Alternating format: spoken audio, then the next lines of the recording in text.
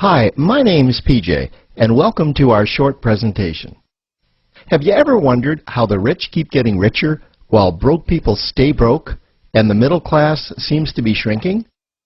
Well, this isn't nearly as mysterious as it may appear when you examine the specific differences in how broke people, the middle class, and the rich spend their money.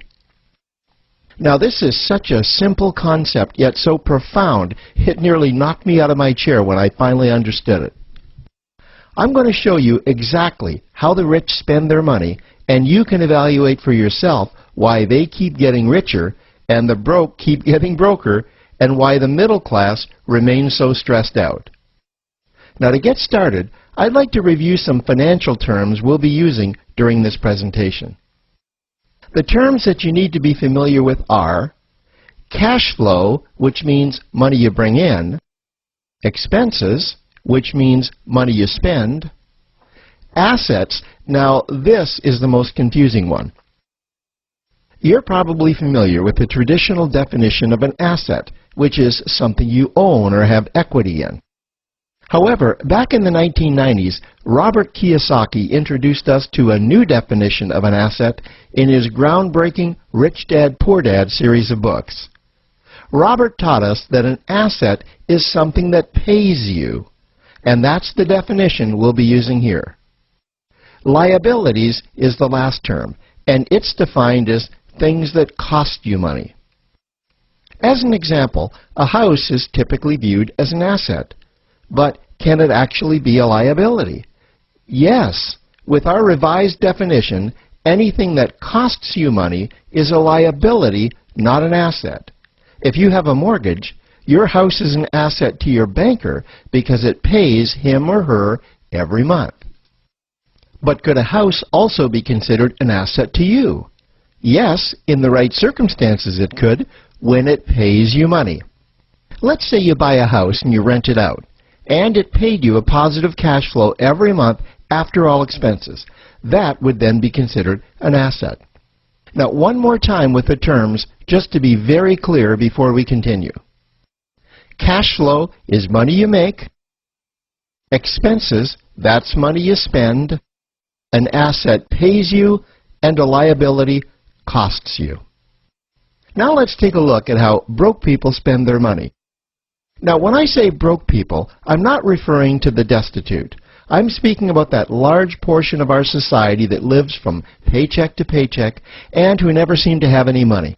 In fact, most times there's more month left at the end of their money, and I'm sure many of you can relate to that group. On payday, broke people buy what I'm going to call stuff. Well, what's stuff? Well, that's inexpensive things that people buy that they don't really need to survive. You go into someone's house and you can't find any counter or tabletop space in the whole house because of all the stuff on it. Their house and their cars are full and cluttered with stuff. Well, where do they get all this stuff? They buy it at the flea market, at the garage sale, at the dollar store, at the craft show.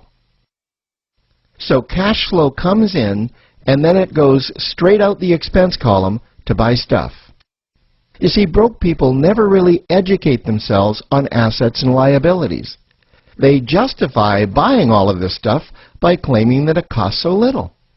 But over the years, it's all they ever have. The problem is their cash flow never produced or created more cash flow. Now, please understand, I'm not undermining or taking any shots at this or any group. I just see a lot of financial difficulty out there, and it really doesn't need to be that way. Creating wealth isn't a mystery, it's a formula. The only reason someone doesn't create wealth is because they either don't know the formula or they don't apply the formula. Now let's take a look at the middle class. The middle class is the group that society mistakenly thinks are rich. They're not. Yes, they typically earn a six-figure income, and many of them appear rich, but it's what they buy with their money that keeps them prisoners of the middle class. What they typically buy are liabilities.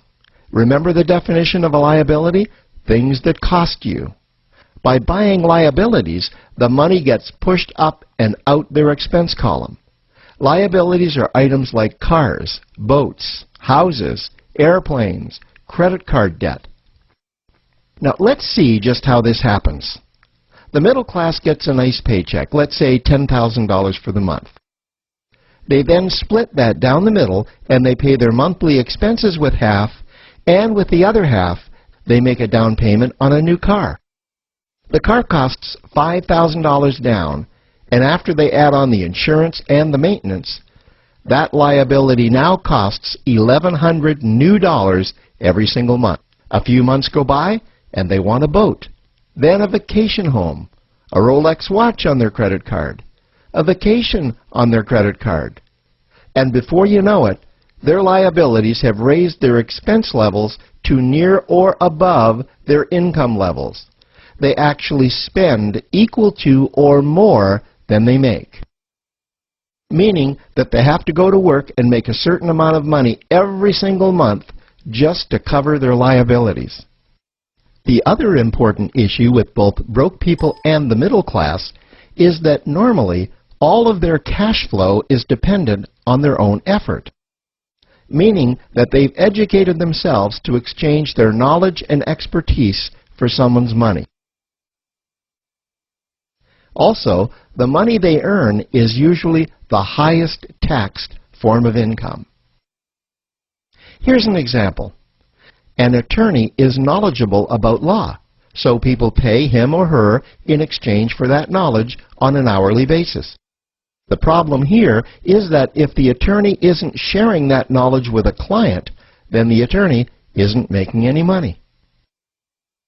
This causes lots of stress and anxiety in their lives. And if you ever ask them to take an afternoon off to play golf with you, well, they very rarely can because of how much money it'll cost them to take that time off. On the surface, life's pretty good. The reality is that it's a roller coaster ride. That's the middle class. Now, I know this group very well because for a great deal of my adult life, that was me. Now let's take a look at how the rich people spend their money. Rich people acquire assets. Again, an asset is something that pays you. If you want to become rich, buy assets that earn you more money. The money cycle looks like this. Acquire assets that produce cash flow, invest the profits to acquire more assets that produce more cash flow, invest those profits to acquire more assets that produce more cash flow. The rich spend their money and acquire things that produce more money. Here are a few examples of assets that produce more money. Investments are the obvious ones: stocks, bonds, real estate. Education is another asset. If you learn how to do something that produces more money for you and you actually do it, that's buying an asset. There's a great quote that goes, "If you think education is expensive, you should see how expensive stupidity is." Another example of assets you can acquire that pay you are cash-generating opportunities, especially those opportunities that can create a passive cash flow.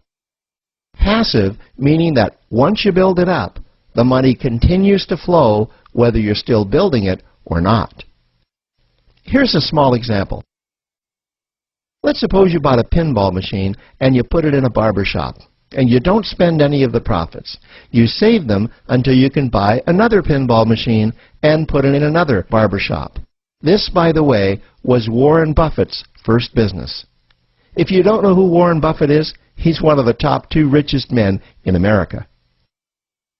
The rich are extremely eager to find those passive cash-generating opportunities because those opportunities continue to pay them month after month, year after year, long after they've stopped working the opportunity.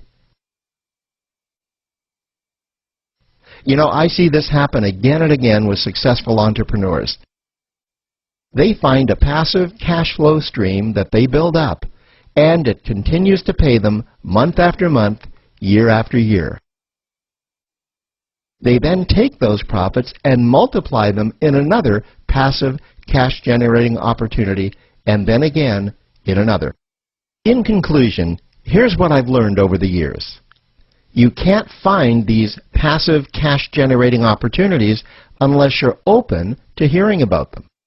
Then, once you find them, you must be willing to see what fits you and then act.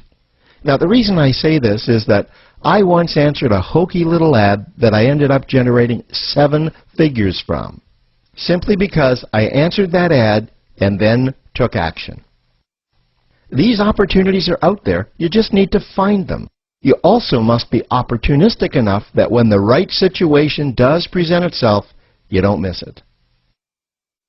So remember, broke people buy stuff, the middle class buy liabilities, and the rich acquire assets, preferably cash-generating opportunities that can create passive cash flow. They then take that cash flow and invest it in another asset that produces more cash flow. That's the wealth creation formula. Now, I trust you found this introductory information helpful. Now, to learn about one of the greatest cash-generating machines on the planet, click on the link below to proceed to step 2.